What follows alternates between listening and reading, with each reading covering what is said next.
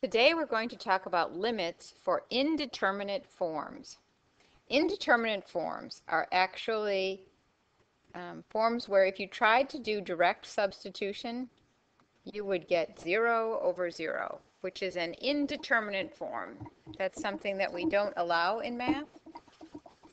So, for example, the limit as x approaches 4 of x squared minus 7x plus 12 over x minus 4. If I plugged a 4 into the denominator, I would definitely zero that out, so I have a problem. If I plug a 4 into the numerator, I would get 16 minus 28 plus 12, which is 0. So 0 over 0. It is an indeterminate form. When we see indeterminate forms, 0 over 0, we know that there are things that we can do. Now, if this was just x squared minus 7x without the plus 12 over x minus 4, it would not be an indeterminate form, and I might just be in a situation where the limit does not exist. But when it's 0 over 0, we should have some feeling that there may be something we can do, that the limit probably does exist. So for this one, it may be obvious to you that you've been sort of screaming in the background to factor the numerator. So x minus 3, x minus 4 over x minus 4. And so the x minus 4's actually cancel. And this is the same as the limit as x approaches 4 of x minus 3, which we could do direct substitution on. 4 minus 3 is 1. So if you think back to when we graphed rational functions, one of the things that we looked at was domain restrictions that actually were removable discontinuities. And this is where that comes into play. I don't care that I can't plug 4 into this. What I want to know is what's happening near 4. So near 4, there is a hole in this graph, but the hole is at 4, 1, and so the limit is 1. Okay, so here it is again. If I try to direct substitute a 1, I get 0 on the top, and I get 1 plus 4 plus 1 minus 6, 0 on the bottom. I have an indeterminate form. And if you can factor the denominator, go right ahead. You might be saying, I can't factor the denominator. Okay, well, something about the 0 over 0 indicates that canceling might be able to happen here. So let's try this as though it is this in the numerator and this in the denominator, and we do division. What that will do for us is it will let us know whether we can break down the denominator. Think back to when we broke down polynomial functions. And I'm going to actually do this with synthetic division. So 1, 4, 1, negative 6, synthetically dividing by the 0, which would be 1, 1, 1, 5, 5, 6, 6, 0.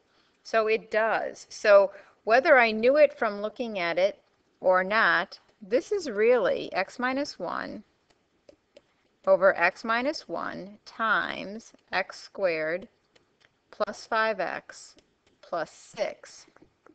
Now that's pretty sneaky, but I want you to sort of pay attention to what we just did because it's a technique. It's a reason why we love knowing synthetic division and we love knowing long division, even if the problem isn't set up properly. Okay, so this is going to cancel. So now we've got the limit as x approaches 1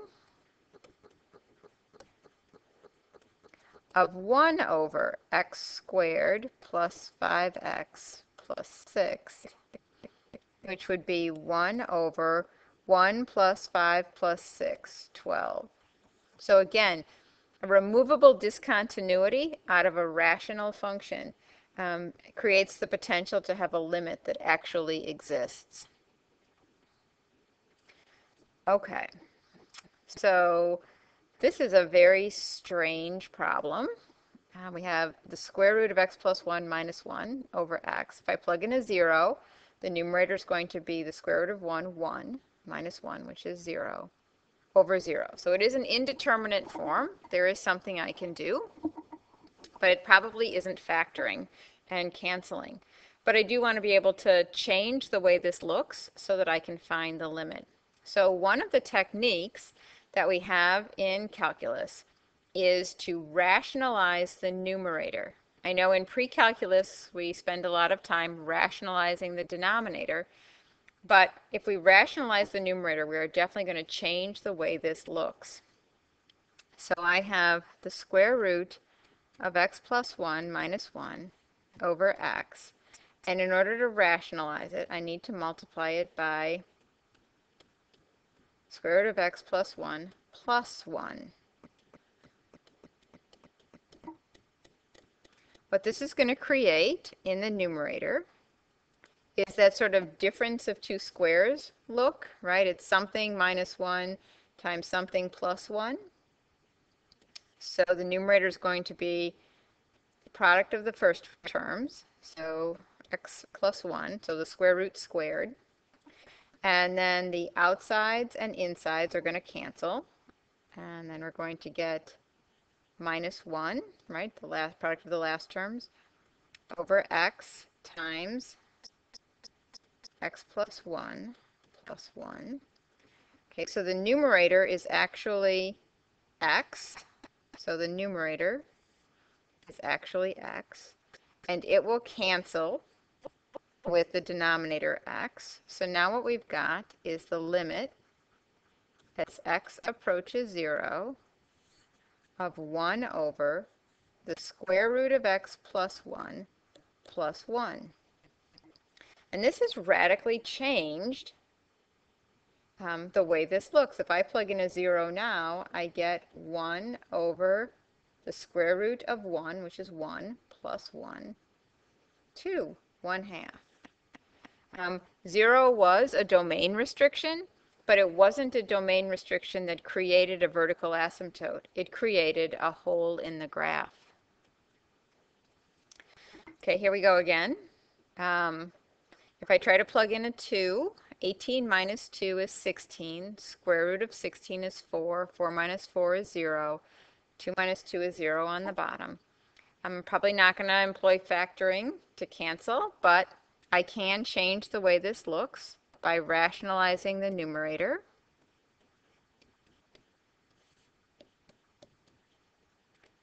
And multiply by 4 plus the square root of 18 minus x over 4 plus the square root of 18 minus x.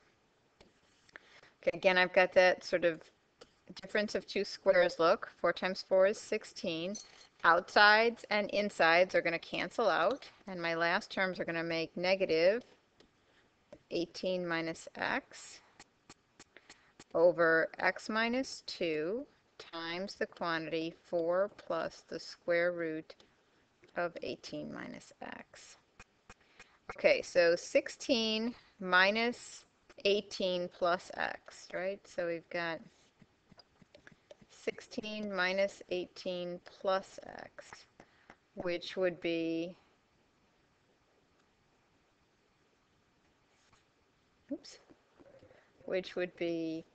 x minus 2 over x minus 2 times the quantity 4 plus the square root of 18 minus x. And my x minus 2's are going to cancel. So now I've got the limit as x approaches 2 of 1 over 4 plus the square root of 18 minus x. So 1, let's see, 2 in here would be 18 minus 2, 16, square root of 16, 4, 4 plus 4, 8. So the limit is 1/8. So this graph would have a hole at 2 1/8. Okay, the limit as x approaches 0 of sine x over x. So the sine at 0 is 0, and x is 0 at the bottom. So I have an indeterminate form, 0 over 0, so I suspect that the limit actually does exist. I can't do any factoring. I don't have any rationalizing to do. I'm going to pull up one of my old strategies, which would be to use the graph and then zoom and trace. So y equals, let me clear this out and turn my stat plot off. Okay, y equals sine x divided by x.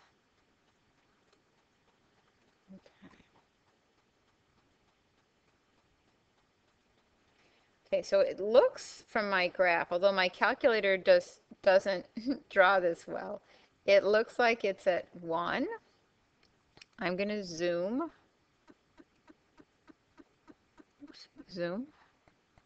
in right about where I think that value is, somewhere around here. And now I'm going to use my trace. It's just saying that at x equals 0, there is no y value. So exactly at 0, there really isn't something there. But a little to the left, it looks like 0.999528. And a little to the right, it looks like 0.999528. I can zoom in again if I'm not convinced. Zoom in right there.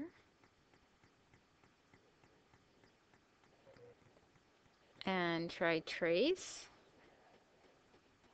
Okay, so as x is approaching 0, we're approaching 999.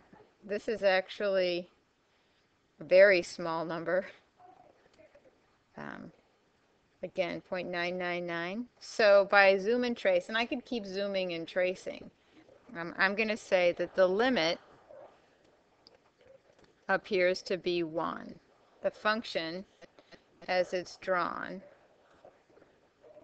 although there's nothing here, is approaching 1 from both sides.